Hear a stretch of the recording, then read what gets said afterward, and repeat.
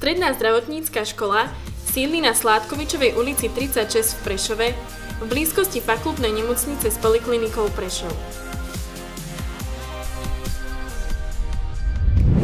Vitajte, toto je Florenc a moje meno je Andrej. Moje meno je Lucia. A spolu vás prevedieme po Strednej zdravotníckej škole v Prešove.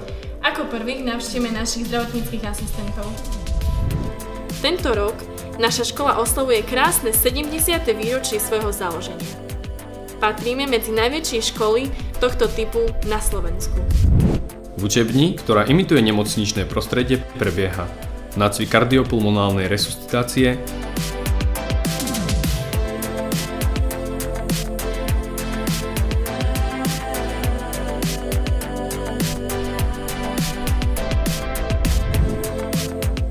odber venóznej krvi, meranie krvného tlaku. Škola ponúka 3 študijné a 1 učebný odbor. V súčasnosti navštevuje školu 643 žiakov denného a externého štúdia. Žiaci sú aktívni v rôznych záujmových útvaroch a zapájajú sa do školských a mimoškolských aktivít, často s charitatívnym zameraním. Nakúknime k našim masérom. Tu sa žiaci učia, ako správne vykonávať regeneráciu a relaxáciu organizmu. Klasická masáž chrbta.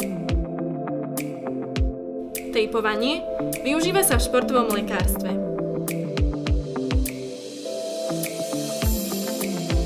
Masáž ľavými kameňmi, poznáš to? Andrej, veď o blahodárnych účinkoch terapie vedeli už starí Číňania a Majovia. A bankovanie. Obnovuje funkciu nervového systému a prečisťuje krv.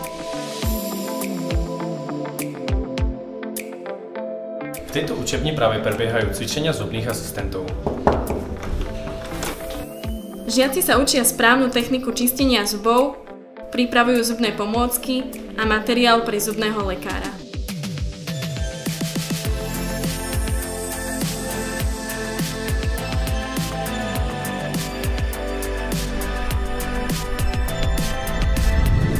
Toto je odborná učebňa, v ktorej sa stretávajú žiaci všetkých študijných odborov na predmete anatómia a fyziológia. Nahľadnime do jej priestorov. Model srdca, prsný sval.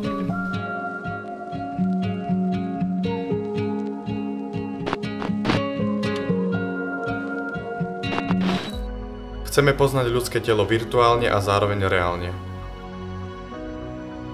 Moderná doba si vyžaduje moderné pomôcky. Sme dobrí, ale chcem byť ešte lepší. Lepšie raz 3D vidieť, ako 100-krát počuť.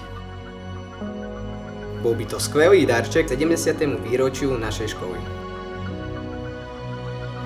My sme tá správna voľba! Hlasujte za našu školu.